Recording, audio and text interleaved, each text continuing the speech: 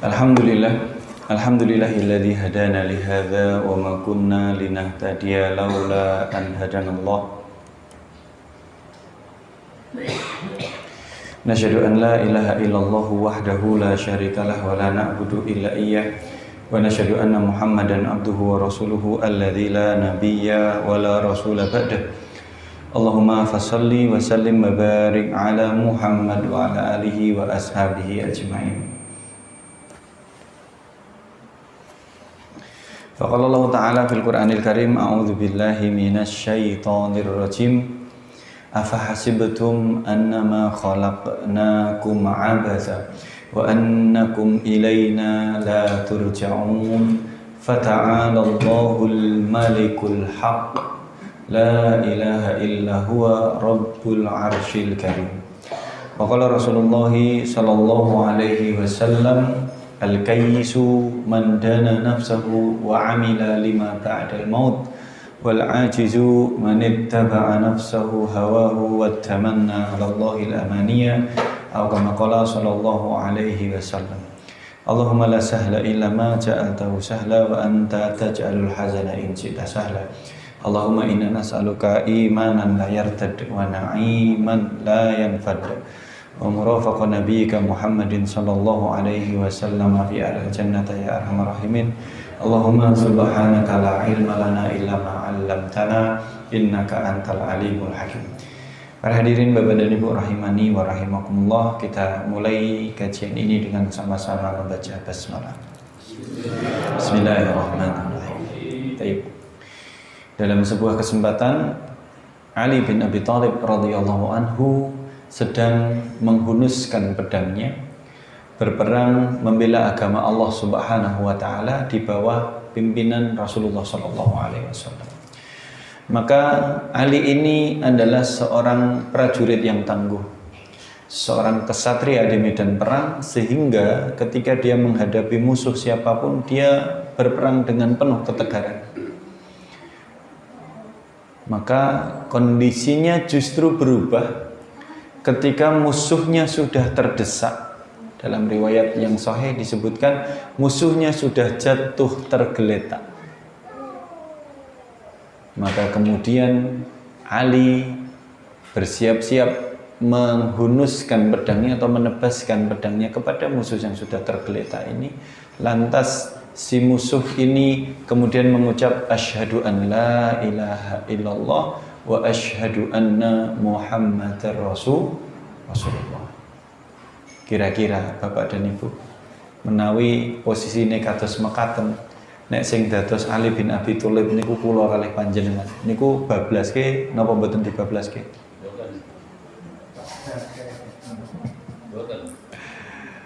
Oh niki pun perang suwe lho niki, adu tandingi suwe niki, tangguh dia, tapi kemudian dia jatuh dan kemudian dia sudah terdesak.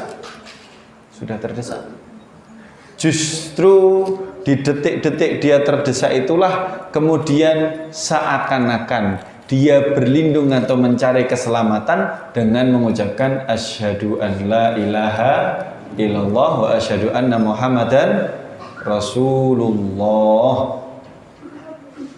Pilihan yang sulit, betul kan? Pilihan yang sulit ini kantor mak jelep nih. Ternyata Ali bin Abi Thalib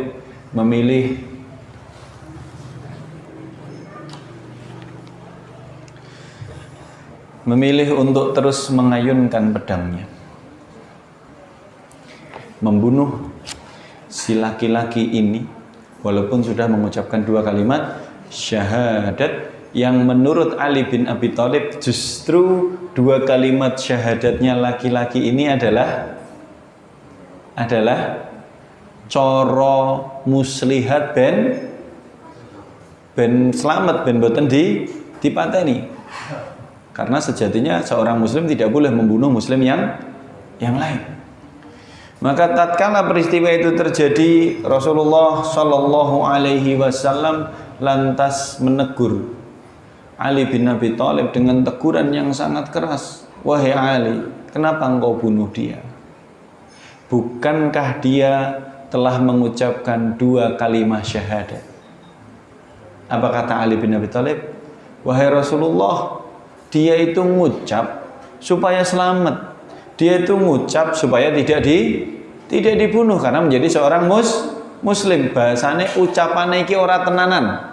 Ucapan sing getok-getokan atau ucapan yang sekedar untuk menjadi keselamatan jalan keluar. Apa kata Rasulullah sallallahu alaihi wasallam? Rasulullah kemudian mengatakan, "Kenapa tidak engkau belah saja dadanya? Kenapa tidak kamu belah saja dadanya dan kamu lihat dia mengucapkan itu tenanan karena beriman atau sekedar karena mencari keselamatan begitu."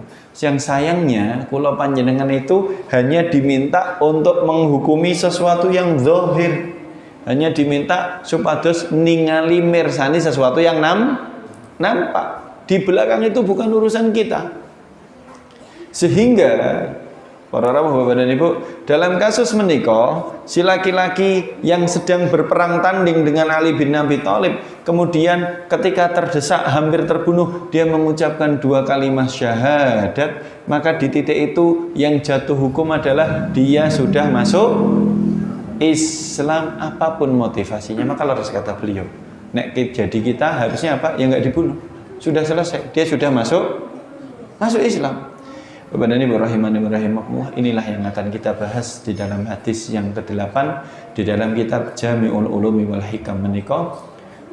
Disebutkan wa an Ibni Umar radhiyallahu anhuma, dari sahabat Abdullah ibnu Umar radhiyallahu anhuma, anna Rasulullah sallallahu alaihi wasallam qala, sesungguhnya Rasulullah sallallahu alaihi wasallam bersabda, umirtu an uqatilan nas, aku diperintahkan Allah untuk memerangi. Ngapunten nggih, menika harus saya sebutkan spesifik.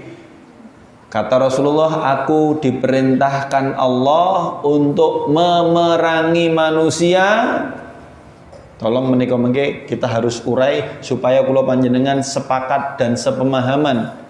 Rasulullah mengatakan, aku diperintahkan Allah untuk memerangi manusia hatta sampai yasyhadu an la ilaha illallah wa anna Muhammadar Rasulullah, sampai orang-orang mengucapkan syahadat, aku bersaksi tidak ada ilah yang layak disembah kecuali hanya Allah, dan aku bersaksi hanya Muhammad adalah nabi dan utusan Allah, wa yuqimus shalah, yang pertama syahadat, yang kedua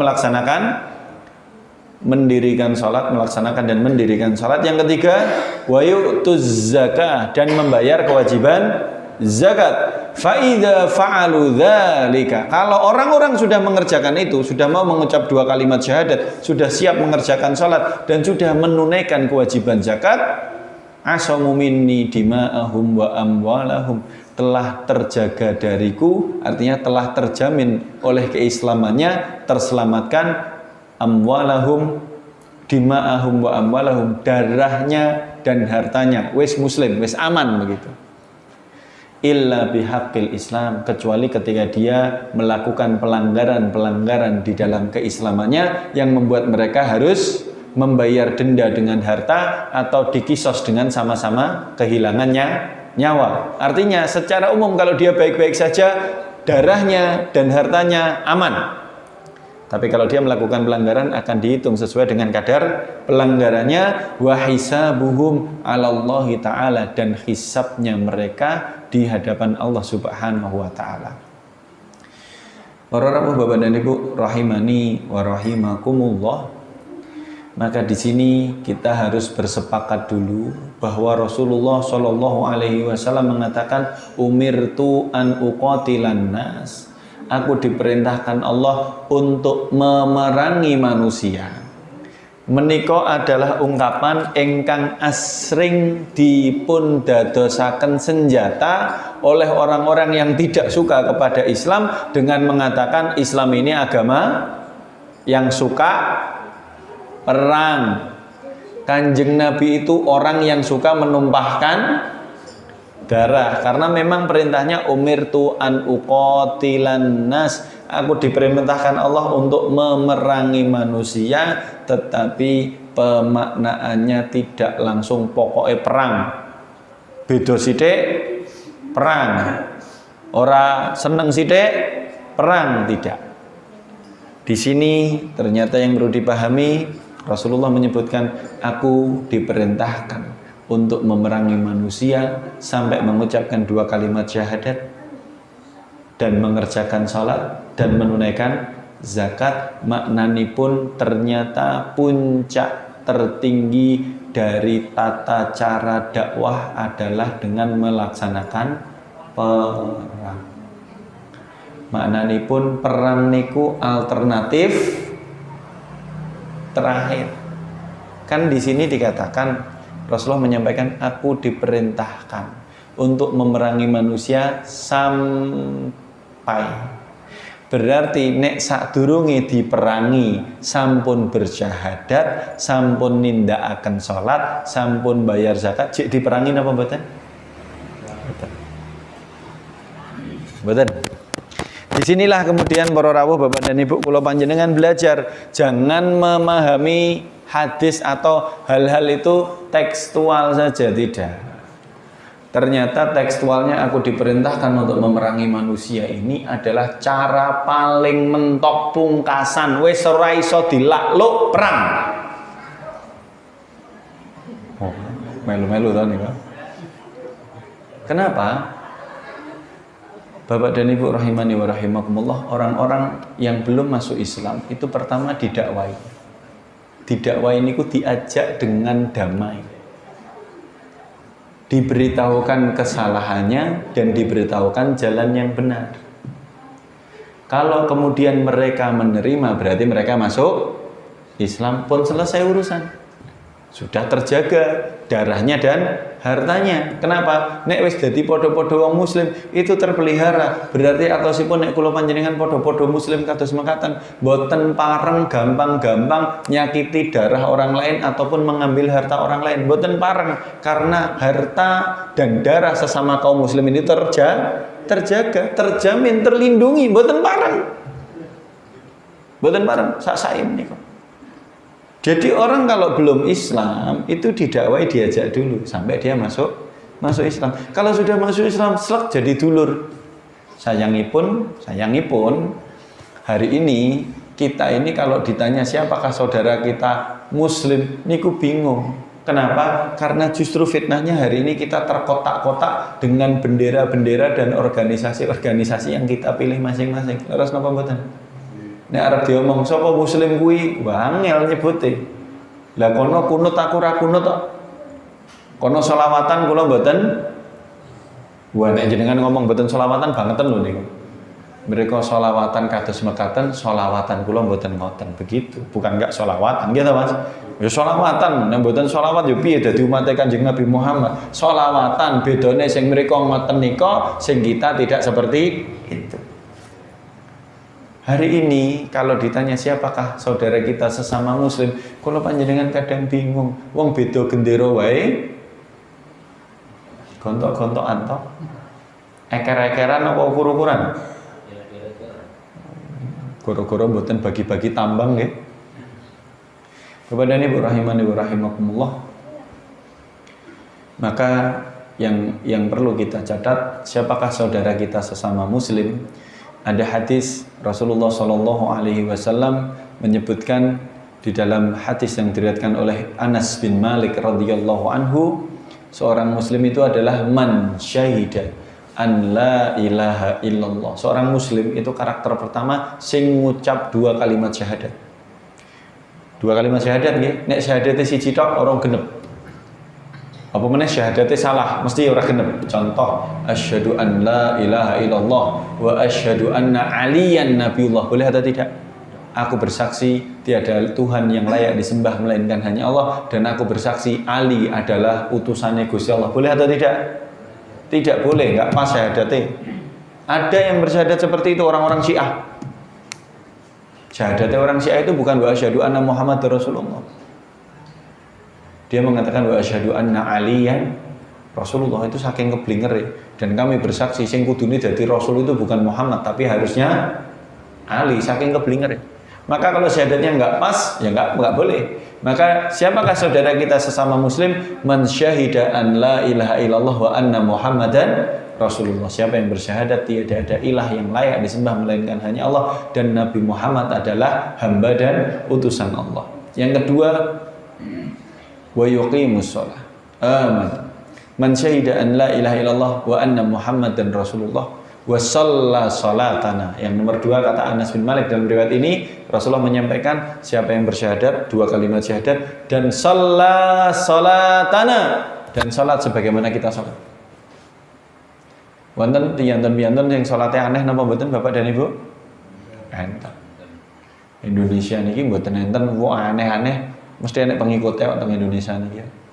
Salate reko-reko, tambah-tambahi, kadang bahkan keblinger, kan ngoten kan. Maka yang nomor dua, wasalla sholatana, mengerjakan sholat sebagaimana kami sholat itu maknanya nyontoh sholatnya kanjeng Nabi. Saniki kula tanglet sholatnya kanjeng Nabi sedinten ping pinten? Sedinten ping pinten? Fardune 5 toh? 5 napa 2? 5 napa 3? Sedinten. Lah kok enten sing setahun ping pindho. Lah kok enten sing seminggu pisan tok. Itu belum salat-salatan. Nggih ta, Pak? Rasulullah mengatakan seorang muslim itu yang bersyahadat asyhadu an la ilaha illallah wa asyhadu anna muhammadar rasulullah wa shalla salatan, itu salat sebagaimana kami salat, baik berupa gerakan dan waktunya. Kok enek moro-moro syariat salat diringkes 5 dadi 3. Nanti mireng nama betul. Ajaran yang meringkas sholat sehari cuma 3 karena loro-loro di jamak terus. Subuh dewe, duhur karo asar dadi siji, maghrib karo isya dadi siji. Lah kok penak menuri peng. Wong Rasulullah mawon orang yang paling utama sholatnya sehari semalam sebanyak 5, tetap 5 kecuali safar. Iya, dalam keadaan safar, dalam perjalanan boleh di jamak. Tapi kalau di rumah ya kena.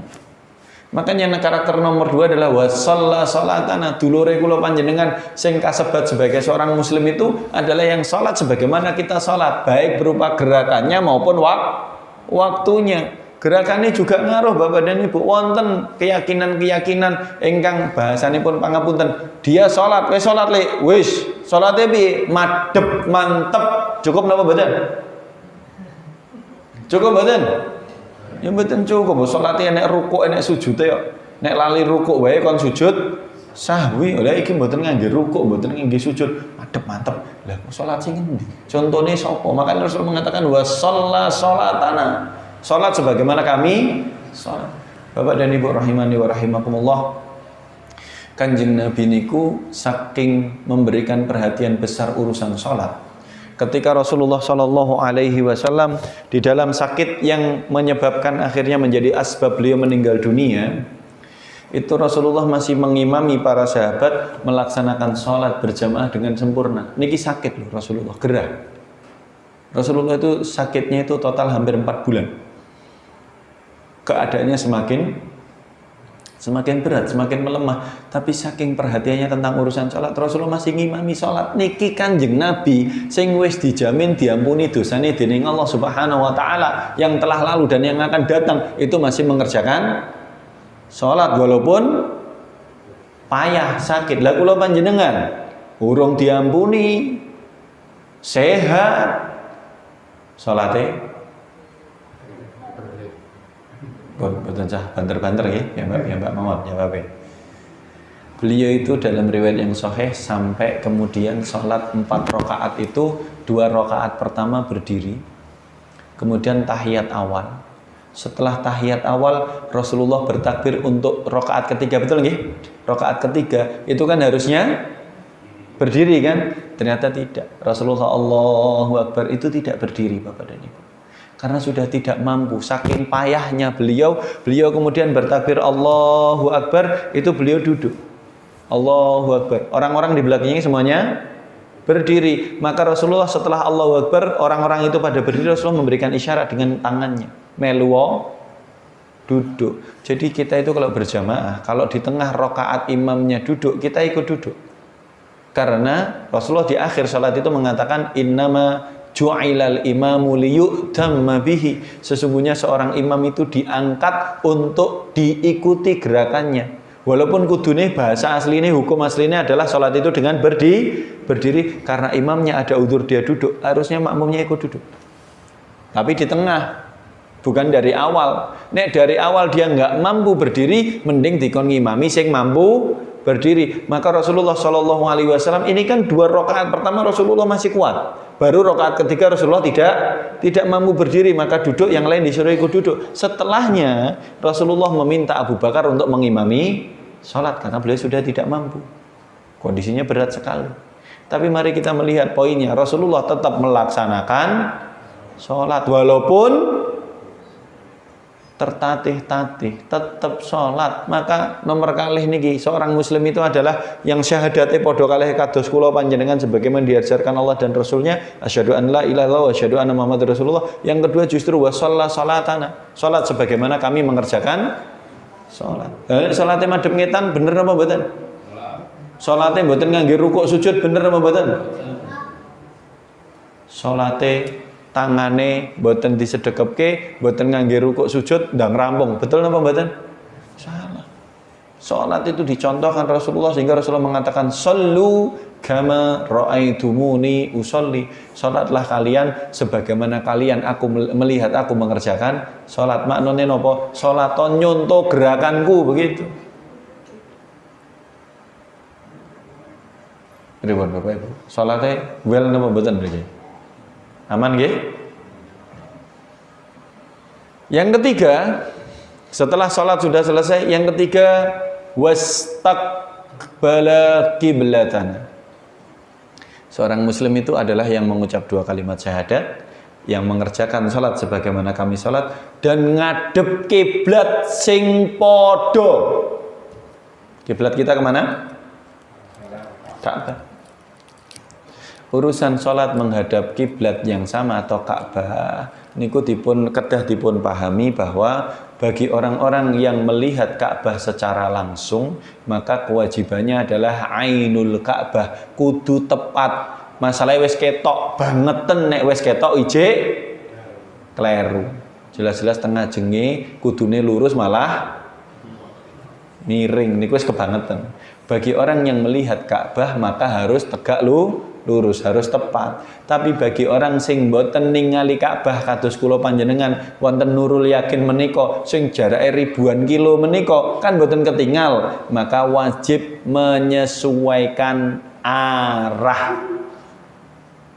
Menyesuaikan. Maksudnya menyesuaikan itu itijah, arahnya saja. Nek bener 100% alhamdulillah, nek geseh sithik jek dimaafkan. Indonesia ini sudut derajatnya untuk searah ke arah Ka'bah Asy-Syarifah di Mekah Al-Mukarramah itu kalau panjenengan ngagem kompas niku adalah sudutnya 296 derajat.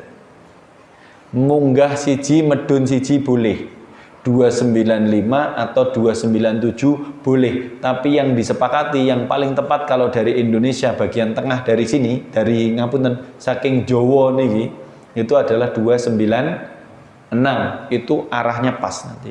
Tapi alhamdulillahnya yang diminta bagi orang yang tidak melihat Ka'bah itu adalah menyesuaikan arah. Jadi nek geseh sithik mboten napa-napa. Kalau kemudian ada yang mengatakan nek kiblate ora pas, nggo salate ngadep neng Afrika. Nah niku mboten parang. Itu ucapan yang tidak layak sebenarnya. Artinya apa? Kita sudah berusaha menghadap kiblat yang benar walaupun ternyata tidak 100% tepat. Itu enggak apa-apa. Tapi yang nomor 3, seorang muslim itu menika njenengan cepengi nggih, syahadate padha, salate padha, kiblate padha. Kiblate padha. Lah kok enten ngapunten nggih, kula nate pernah hidup di Aceh itu. Di Aceh itu ada salah satu ajaran nek salat karo nek haji ra perlu ning Mekah. Karena mereka punya tempat tujuan sendiri, yaitu jelas salah. Ya, di Aceh itu ada. Saya tidak mendiskreditkan orang-orang Aceh, tidak. Tetapi sempat ada keyakinan yang seperti itu. Dan itu ada yang mengikuti. Dan ini mari kita beristighfar kepada Allah. Kiblat kita adalah Ka'bah Asy-Syarifah yang ada di kota Mekah Al-Mukarramah. Sampun. Syahadate padha, salate padha, kiblate padha. Yang keempat wa akala dzabihatana. Yang keempat gelem makan sembelihan kami.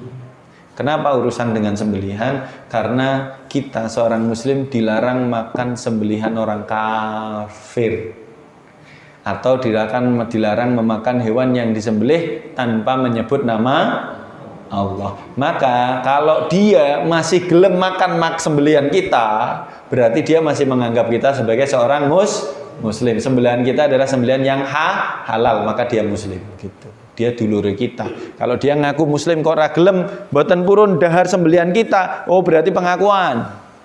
Kenapa? Bapak dan Ibu rahimani wa rahimakumullah, karena wonten sekelompok orang di Indonesia yang mengaku mereka sebagai seorang muslim, tapi mereka tidak akan mau makan sembelihan kita, karena mereka akan mengaku muslim tetapi tidak menganggap kita di luar kelompok mereka seorang muslim. Bahkan mereka mengatakan orang-orang yang di luar kelompok mereka adalah najis. Sembelihane mboten parang tidak. Maka nek teng mriki masyaallah kula teng Nurul Yakin ngaos kurban enten daging, walhamdulillah. Untuk jatah daging nggih kula syukuri. Kenapa? Rezekine wong akeh niku. Makan sama-sama, ngoten ya. Nggih ta? Makan sama-sama napa makan dhewe-dhewe? Makan dhewe-dhewe ora jajan. Tapi nomor sekawan adalah yang masih mau makan hewan sembelihan kami, kata Anas bin Malik di dalam riwayat ini. Rasulullah mengatakan yang masih mau makan sembelihan kami berarti mereka yang masih menganggap kami podo-podo seiman, jadi oleh didahar sembelihannya, maka mereka adalah muslim. Bapak dan Ibu rahimani wa rahimakumullah, kula kedah nyebataken karakteristik siapakah muslim ini supados kula panjenengan boten terjebak kepada ego kelompok, ego sektarian, ego yang tidak pada tempatnya. Sing dianggap dulur ki nek cuman genderone podo, sing dianggap dulur ki nek cuman pemahamane podo. Tidak. Seorang muslim itu adalah syahadate podo, salate podo, kiblate podo, jek purun dahar makan sembelian kita. Apapun benderanya, apapun nama kelompoknya, seperti apapun kondisinya, nek 4 hal ini terpenuhi, muslim. Maka muslim itu seharusnya tidak terbatas jarak, tidak terkotak-kotak karena wilayah, tidak terpisahkan karena beda warna baju. Sing warnane ijo alhamdulillah royo-royo, sing warnane biru alhamdulillah adem. Sing putih ya ape. Nek abang lelayu. Bapak dan Ibu rahimani wa rahimakumullah, kita kembali kepada pembahasan tentang hadis menika. Jadi ketika kita memahami bahwa Rasulullah mengatakan umirtu an uqatilan nas, aku diperintahkan Allah untuk memerangi manusia, sampai mengucap 2 kalimat syahadat, sampai mengerjakan sholat, dan sampai membayar kewajiban zakat. Kalau itu terjadi, asamu minni dima'ahum wa amwalahum, sudah terlindungi dariku darah dan hartanya. Berarti nek pun nyebatakan sampun bersyahadat, sudah mengerjakan sholat dan membayar zakat, aman. Pertanyaannya, pripun kalau ada orang yang dia ngaku muslim bersyahadat ning boten sholat, ning boten bayar zakat, selamat nama boten? Ayo selamat nama boten? Tidak.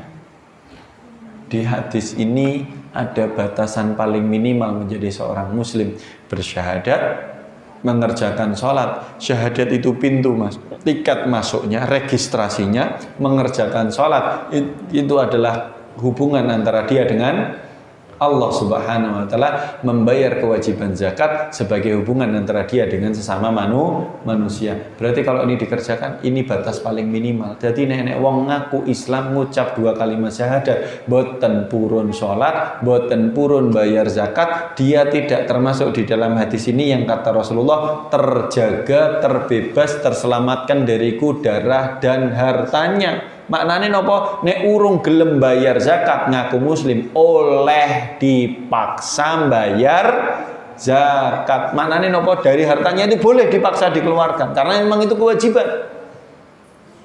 Orang yang memisahkan antara sholat dengan zakat itu berarti dia memisahkan syariat Allah Subhanahu wa taala. Pilih-pilih, padahal di dalam Islam niku kula panjenengan boten pareng pilih. Semua perintah harus dikerjakan. Di dalam ayat ada 29 tempat Allah menyandingkan sholat dan zakat. Itu tandanya sing bar sholat kudu ngurusi masalah zakat. Sholat itu kewajiban dia kepada Allah vertikal, zakat itu adalah hak dia dengan sesama makhluk horizontal. Jadi kudu imbang, munggahe apik kesamping juga apik. Wong nek salate mempeng soleh sundul langit ning karo koncone tanggane dulure mboten purun bagi-bagi, ora enek nilaine.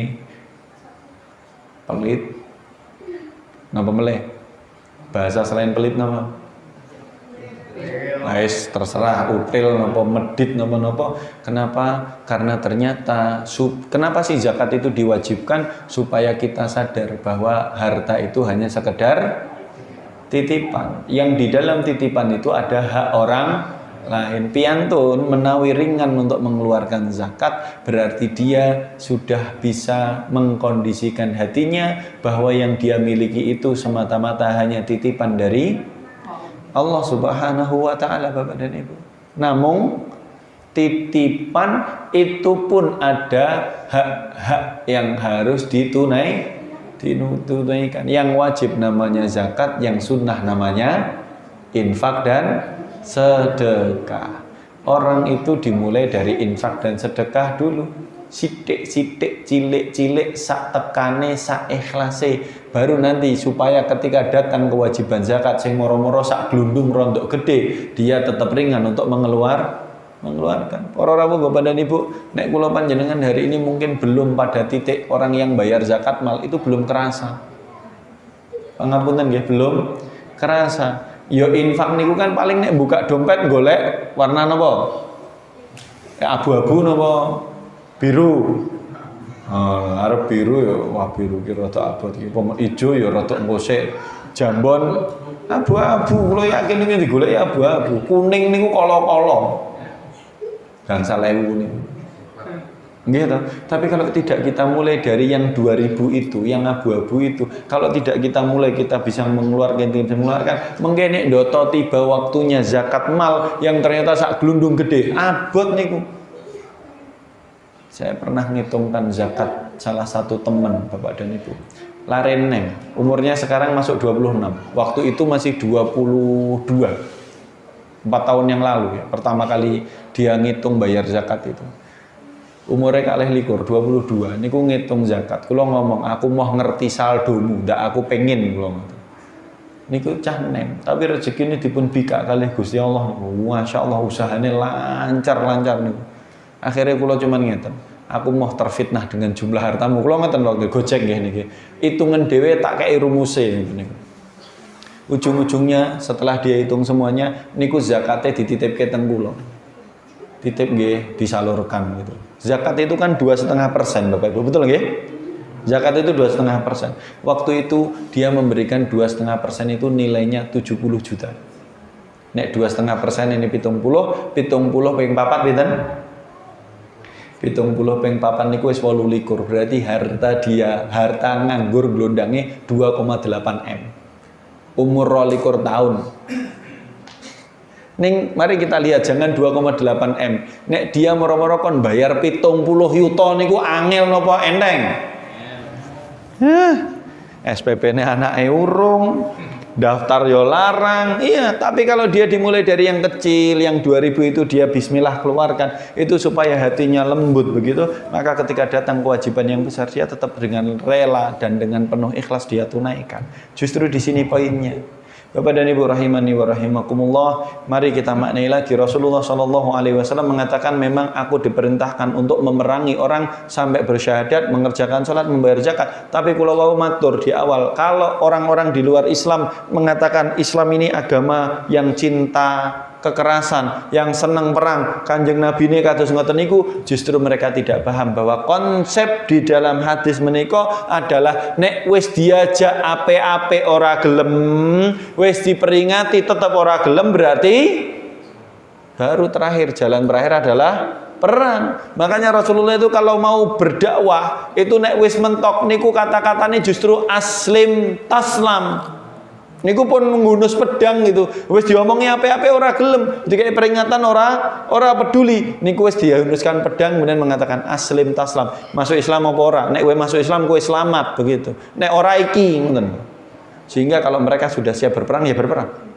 Berarti ora gelem tunduk begitu. Nah, perang itu menjadi cara yang terakhir. Kalau di awal baru dikandani, pangapunten kula panjenengan niku hambane Gusti Allah, harus beriman kepada Allah. Nek moro-moro oh nggih siap kita beriman. Udah selesai. Perangnya tidak perlu ditunaikan, tidak perlu ditegakkan. Tetapi memang kadangkala perang itu perlu ditegakkan sebagai bagian dari solusi. Lah ora ketemu gontak-gontok wae ndang perang sisan. Sing menang kono apa sing menang kene? Nek sing menang kono berarti kene ya kalah Pak, nek jenengan menang kono kene kalah niku. Nek menang sing kono berarti sing kene enek sing salah, karena Allah itu harusnya membela orang-orang yang beriman. Kok ngaku beriman kok nek perang kalah berarti enek sing salah. Jangan-jangan sholatnya dereng genep, jangan-jangan masih ada dosa dan maksiat yang dikerjakan setiap hari yang tersembunyi dan sebagainya. Tapi kalau ternyata wis perang wae sebagai jalan dakwah, justru perang itu niatnya adalah untuk berdakwah, bukan untuk balas dendam. Bukan untuk kepuasan pribadi, tidak. Maka dalam kasus yang di awal tadi kalau sebatakan tentang Ali bin Abi Thalib radhiyallahu anhu, yang ketika dia perang tanding musuhnya sudah hampir menyerah, hampir kalah, kemudian musuhnya mengucap 2 kalimat syahadat, tapi oleh Ali tetap ditebas, tetap dibunuh. Itu kemudian Rasulullah mengatakan, kenapa tidak engkau belah saja dadanya supaya kamu tahu dia itu ngucape tenanan apa goro-goro pengen golek selamat. Itu menjadi penanda para rawuh kula panjenengan hanya diminta melihat hukum seseorang secara zahir, yang ternyata zahir seorang muslim itu mengucap 2 kalimat syahadat dan mengerjakan sholat. Berarti nek urung sholat muslim napa mboten Pak? Muslim niku di hadis ini sing ketok blegere, ketok dohire, ketok wujude niku dia ngucap 2 kalimat syahadat terus mengerjakan sholat, itu sing rutin. Kalau datang kewajiban zakat dia bayar zakat. Lah nek enek wong ngaku muslim ning ora tau sholat, muslim napa mboten? Hadis ini tidak. Hadis ini memberi pelajaran bahwa nek muslim gue ya berarti ngucape kalimat syahadat do di ngerteni. Sakniki misalke ngaten, ada orang dia sebelumnya bukan Islam, kemudian moro-moro ngaku, aku wis Islam kok Kang. Percaya napa mboten? Percaya napa mboten? Ya mboten, karena kita belum mendengar dia mengucapkan 2 kalimat syahadat. Justru percaya itu ketika dia sebelumnya tidak Islam datang kepada kita kemudian mengatakan asyhadu an la ilaha illallah wa asyhadu anna muhammadar rasulullah. Ora perlu ngomong aku muslim, dengan syahadat dia sudah masuk Islam. Baru PR berikutnya untuk mengerjakan sholat. Bapak dan Ibu rahimani wa rahimakumullah, lantas pertanyaannya adalah pripun menawi wonten piyantun ada orang yang dia mau masuk Islam tapi kemudian ngeten iki, aku gelem mlebu Islam ning aku salate moh ping 5 abot. Aku masuk Islam oleh apa ora ning aku salate ping 1 tok. Kira-kira diterima atau tidak? Diajari syahadat atau tidak? Ternyata pendapat yang paling kuat menurut Imam Ahmad bin Hanbal, yasihul Islam ala syartil fasid. Boleh masuk Islam dengan syarat-syarat yang cacat. Contohnya ini tadi, aku masuk Islam ning salatku pisan tok, enggak apa-apa. Sing penting masuk Islam sik. Awal-awal niku kan abot, Pak. Ora tahu salat moro-moro kon salat ping 5 ngoten niku abot napa endeng? Eleh sing wis muslim wae bolong-bolong. Nggih to? Keri-keri. Maka kalau dia kemudian pertama kali masuk Islam mempersyaratkan aku masuk Islam tapi aku sholatnya ping pisan tok sik piye? Boleh. Sing penting masuk Islam, habis itu belajar Islam yang yang benar karena dia perlu berproses. Ning nek kula panjenengan wis ket lahir ceprot muslim. Muslim napa mboten? Ngaku tok napa tenanan? Oh, mboten jawab. Muslim toh? Ngaku tok napa tenanan? Kalau tenanan berarti mari kita lihat salatnya. Kalau tenanan berarti mari kita lihat salatnya. Syahadat kita insyaallah sudah sampun nggih. Wong nek salat mawon syahadat nggih, asyhadu an la ilaha illallah wa asyhadu anna muhammadar rasulullah. Oke, sudah syahadat sudah selesai. Tapi justru mari kita buktikan salatnya dijogo itu muslim. Kalau dia salatnya sudah dijaga, diawali dari salat yang dijaga, fa insyaallah kalau nanti datang kewajiban zakat, dia mudah ringan mengeluarkan zakat. Setelah tiga-tiganya dikerjakan, Rasulullah jamin, terjamin darah dan hartanya, kecuali ketika dia mengerjakan kesalahan-kesalahan yang harus dihukum dengan mengeluarkan harta atau dengan darahnya. Bapak dan Ibu rahimani wa rahimakumullah, niki adil. Jadi mboten serta-merta nek wis muslim safe aman sak kabehane mboten. Nek muslim niku pertama kali dengan keislaman menjaga salat dan membayar zakat niku hukum umume hartane kalih darahe terjaga. Ning nek wonge nakal, nek wonge nakal, wonge jahil lah bukan jahil. Wonge sering nyakiti tanggane, maka ada potensi dia bisa dihukum dengan membayar denda berupa uang atau dihukum dengan dikisos dengan darah. Bapak dan Ibu rahimani wa rahimakumullah, memang kalau sudah masuk Islam itu selamat, terjaga darah dan hartanya. Tapi nek kemudian dia melakukan kesalahan moro-moro nyakiti tonggone, mutilke driji siji, ada dendanya atau tidak? Di dalam Islam ada dendanya. Kenapa? Biar kita nggak sembarangan menyakiti orang lain. Kalau dia kemudian nyolong niku pengen ngene wong liya ning ora nganggo cara sing apik, mengambil diam, mencuri. Ada dendanya atau tidak? Ada dendanya itu. Baik dengan dipotong tangan atau membayar denda yang disepakati. Membayar denda yang disepakati bukan karena hukuman mencurinya, tapi mungkin dengan hukuman yang lain. Tapi kalau misalkan nyakitinya dengan menciderai salah satu anggota tubuh, itu ada namanya diat. Diat itu ganti rugi. Ini kau enten nilai ini. Kulo panjenengan niku sugih asline Bapak Ibu. Niki anggota tubuh kita ini semuanya ada nilainya. Kalau disakiti orang lain, satu jari itu kalau tidak salah, saya lupa ya, nilainya 10 juta atau berapa gitu. 10 juta atau 10 onta gitu, saya lupa. Ada nilainya.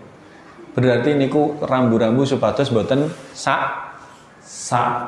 boten sak penake dhewe. Ngene wong liya kudu dijogo sebagaimana kita menjaga milik pribadi masing-masing sampai pada titik hartanya dan darahnya terjamin sampai dia melakukan hal-hal yang membuat itu harus ditunaikan. Contoh kalau dia membunuh, kisosnya juga harus dibunuh. Kalau dia mencongkel satu mata, bahasanya juga dicongkel satu mata, kisos. Kalau dia nggak mau kisos, diat itu bayar denda. Kalau nggak mau bayar denda, dihukum yang sama. Niki adalah akibat ulah dan perbuatannya masing-masing. Ning secara umum, nek wis masuk Islam, wis njaga salat, wis bayar zakat, terus anteng apik, berarti statusnya, hartanya dan darahnya terjaga. Bapak dan Ibu rahimani wa rahimakumullah, kula matur, kalau ada orang mau masuk Islam dengan syarat-syarat yang cacat, syarat-syarat yang tidak benar, syarat-syarat yang fasid, boleh atau tidak? Tetap boleh. Ning ditunggu, kata Rasulullah sallallahu alaihi wasallam. Suatu ketika Rasulullah sallallahu alaihi wasallam dipersyaratkan Bani Saqif itu masuk Islam. Tapi syaratnya ketika mau masuk Islam kepada Rasulullah, wahai Rasulullah, wahai Muhammad gitu, wahai Muhammad, kami mau masuk Islam, tapi syaratnya ora kudu bayar zakat. Boleh enggak? Apa kata Rasulullah Sallallahu Alaihi Wasallam?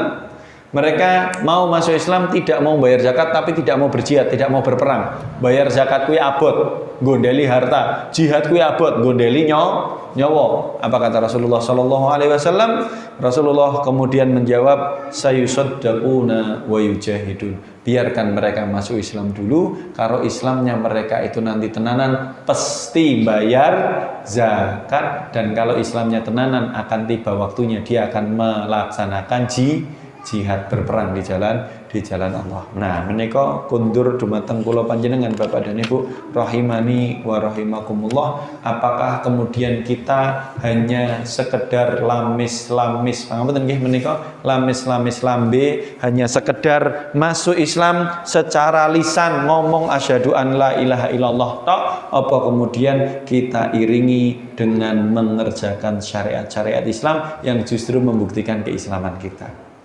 Makanya kalau wau matur, seorang muslim kuwi sing ngucap 2 kalimat syahadat, salat sebagaimana kita salat, baru dianggap muslim. Menghadap kiblat yang sama dan masih mau makan sembelihan kita. Niki lho sekawan mboten cuma siji.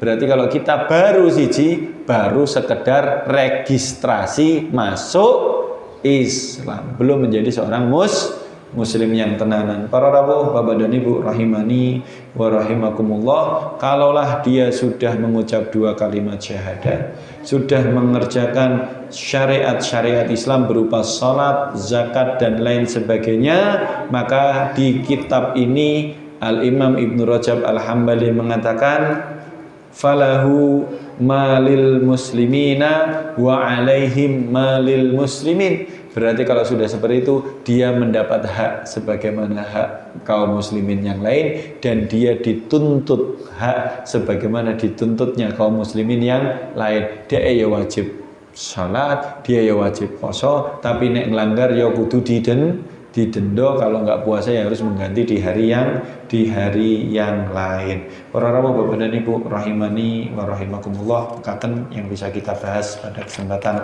malam yang berbahagia ini kaitanipun dengan hadis yang ke-8 dalam kitab Jami'ul Ulumi wal Hikam. Intinipun monggo kula panjenengan berusaha praktek, boten sekedar masuk Islam secara lisan, tetapi mengingkari Islam kita dalam perbuatan. Mari kita buktikan, nek ngaku Islam yo nindakake salat, ngadep kiblat sing pondok, berarti mereka muslim. Tidak terbatas bendera organisasi, tidak terbatas warna baju. Maka dalam konteks ini nyuwun izin kula kaitankan dengan peristiwa yang terjadi. Maka orang-orang yang ada di Palestina, di Gaza sana, saudara kita muslim atau tidak? Muslim. Kenapa? Podo-podo sholat 5 waktu syahadat sudah, sholat 5 waktu juga dijaga, kiblate ya podo, bedone papan panggonane. Kalau itu dia saudara kita, layak kita bantu. Tapi kanan kiri kita nek ngaku muslim, nek ora tahu sholat malah ngelek-ngelek Islam, saudara kita atau bukan? Saya ulangi, kalau mereka bersyahadat ngaku muslim, ning ora tahu salat malah ngelek-ngelek Islam, saudara kita atau bukan? Jangan angel banget jawabnya. Seorang muslim itu kan kula matur, siapakah saudara kita seorang muslim? Syahadat, salat yang sama, kiblat yang sama, makan sembelihan sama. Ini loh sekawan, nek cuman siji tok cukup napa mboten? Mboten cukup. Wallahu a'lam bishawab. Semoga dengan itu kita bisa mengambil sikap yang sebaik-baiknya. Siapa yang menjadi saudara kita dan siapa yang boleh kita bertransaksi, bermuamalah secukupnya saja. Karena dengan orang kafir pun kita boleh bermuamalah, tapi sak cukup. Yang lebih kita utamakan adalah sesama kaum muslimin. Hadanallahu wa iyyakum ajmain. Saat ini kawula tutup, mungkin ada yang mau ditanyakan? Tafadhol. Ada yang mau bertanya, Bapak dan Ibu? Silahkan. Bagi urusannya perang loh nih Bapak. Monggo saya. Kalau ada jamaah satu masjid itu ada yang berbeda, sholatnya berbeda. Oke, bedanya berapa? Enggak sedatuk. Oh. Cara mensikapinya. Bismillahirrahmanirrahim. Kalau urusan perbedaan fikih di tempat kita ada yang sholatnya nggak sedekap, gimana cara sikap kita? Kita perlu sampaikan dulu para hadirin Bapak dan Ibu rahimani wa rahimakumullah, bilih di dalam fikih salat ada satu pendapat fikih di dalam 4 mazhab ya. Kita bicara 4 mazhab dulu ya. Hanafi, Maliki, Syafi'i, Hambali, Ahmad bin Hambal. Ada satu pendapat di dalam mazhab Hanafi salatnya tidak bersedekap. Mazhab Hanafi. Tetapi mazhab Hanafi itu tidak ada di Indonesia. Mazhab Ahnaf atau Hanafi itu banyak tersebar di Asia Tengah, Pakistan, Afghanistan, sebagian India bagian atas, kemudian Asia Tengah, Azerbaijan, Turkistan, Turkmenistan, Kazakhstan, itu Asia Tengah. Mereka mazhabnya Hanafi, jadi mereka tidak bersedekap. Itu pun ditambahi kalau imamnya mengucapkan ghairil maghdubi alaihim waladhdallin, kita mengucapkan aminnya secara jahar, bahkan nek cah cilik kadang karo dolanan gitu, amin. Mereka tidak. Mereka mengucapkan aminnya di dalam hati. Ini poin pertama. Bagaimana dengan di Indonesia? Kalau di Indonesia ada yang salat tetapi tidak bersedekap, potensinya dia orang yang mengamalkan mazhab Hanafi, dan ini jarang. Hampir mungkin tidak ada. Atau potensi yang kedua, justru dia adalah orang Syiah. Karena Syiah dalam mendapat fikihnya salatnya tidak bersedekap. Saya tambahkan, kalau indikasinya dia Syiah, dia tidak bersedekap. Yang kedua, kalau masbuk dia akan menyelisihi shaf. Kalau masbuk dia akan menyelisihi shaf. Dia kalau masbuk mundur selangkah atau maju selangkah. Dia nggak akan lurus lagi kalau dia masbuk. Itu salah satu ciri-ciri pendapat fikihnya orang-orang Syiah. Ning nggih ampun nek enten ngoten niku langsung dituduh, wes Syiah tole. Ya enggak. Kita cukup tahu saja. Kalau mereka masih salat bersama-sama dengan kita di masjid kita, boleh atau tidak? Boleh-boleh saja. Kemudian kalau nyebut salah satu entitas ya, salah satu kelompok di Indonesia. Di Indonesia ini kan kelompoknya banyak, Muhammadiyah, NU, MTA, LDII dan lain sebagainya. Kalau nanti pangapunten saudara-saudara kita dari LDII kan sholatnya di masjidnya mereka sendiri ya, tidak mau sholat bersama dengan kita. Tapi ada di antara yang saya kenal mereka, dia adalah orang LDII tapi mau sholat bersama dengan kami. Ya kami berikan ruang, ya nggak apa-apa. Perkara nek kita ganti sholat di tempat mereka, kita diperlakukan sesuatu urusan mereka, bukan urusan kita. Selama mereka cek gelem sholat, gerakannya cek podo, kiblatnya cek podo, maka mereka muslim. Sudah sesederhana itu. Beda pilihan fikih sudah dimaklumi saja. Ada yang lain? Wallahu a'lam bishawab. Ada yang lain, Bapak dan Ibu? Hampun, Pak? Oh, monggo, Syekh.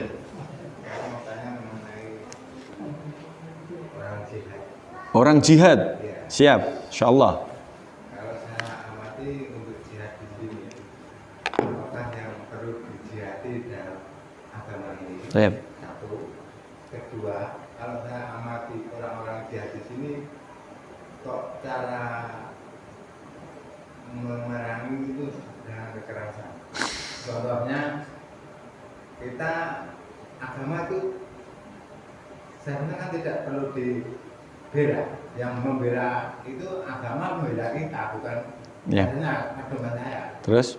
Tapi kok pedoman orang itu katanya membela agama.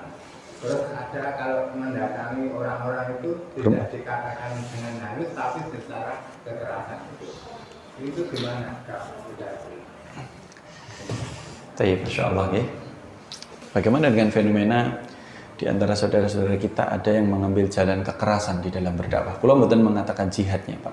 Tapi mereka mengambil jalan kekerasan di dalam berdakwah atas nama laskar lah begitu. Para yang dirahmati Allah Subhanahu wa taala, mari kemudian kita mencontoh Rasulullah sallallahu alaihi wasallam. Rasulullah sallallahu alaihi wasallam di dalam hadis ini tegas, umirtu itu aku diperintahkan untuk an uqatilan nas, untuk berperang. Tetapi berperang jalur kekerasan itu jalur terakhir. Jalur pertama itu dalam konteks dakwah justru adalah Allah mengatakan ud'u ila sabili rabbika bil hikmati wal mau'izatil hasanati wajadilhum billati hiya ahsan.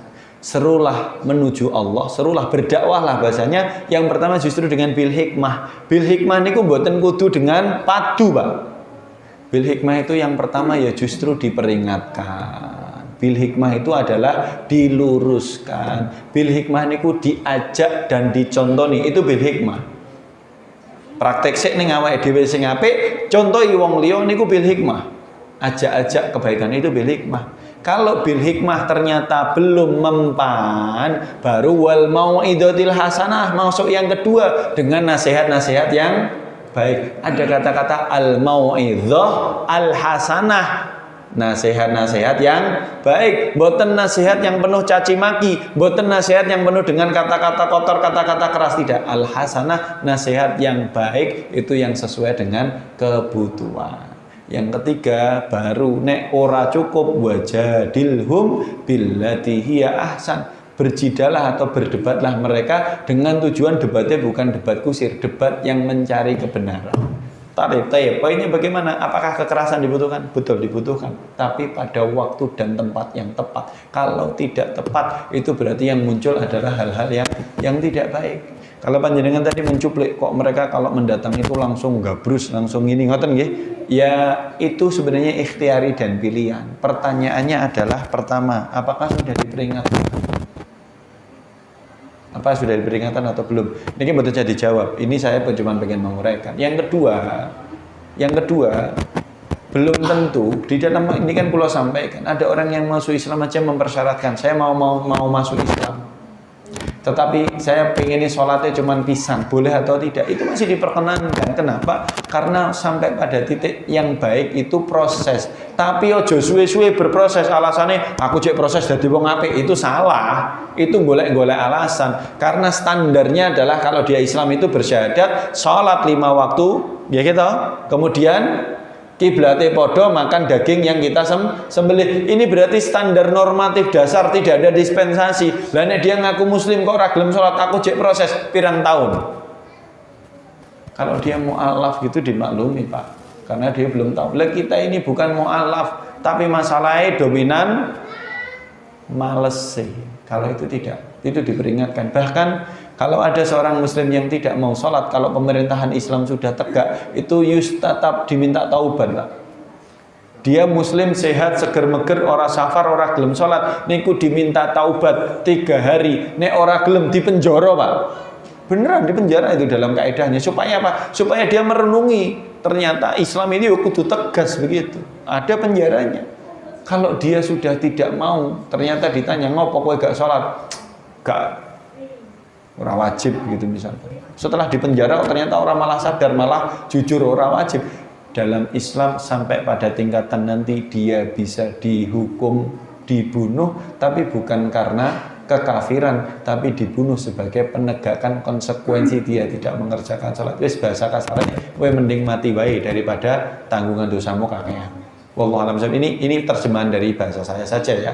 Maka kalau pertanyaan panjenengan bagaimana dengan fenomena itu, semoga Allah memberikan hidayah kepada saudara-saudara kita yang mengambil langkah itu, bahwa di dalam Islam itu adalah innama bu'itsu bil hanifiyyati samhah. Sesungguhnya aku diutus oleh Allah membawa agama yang lurus, yang mudah, yang ramah, rahmatan lil alamin. Tapi ketika harus tegas, ketika harus keras, tapi ketika harus lembut ya lembut. Ojo keras terus, ojo atos terus.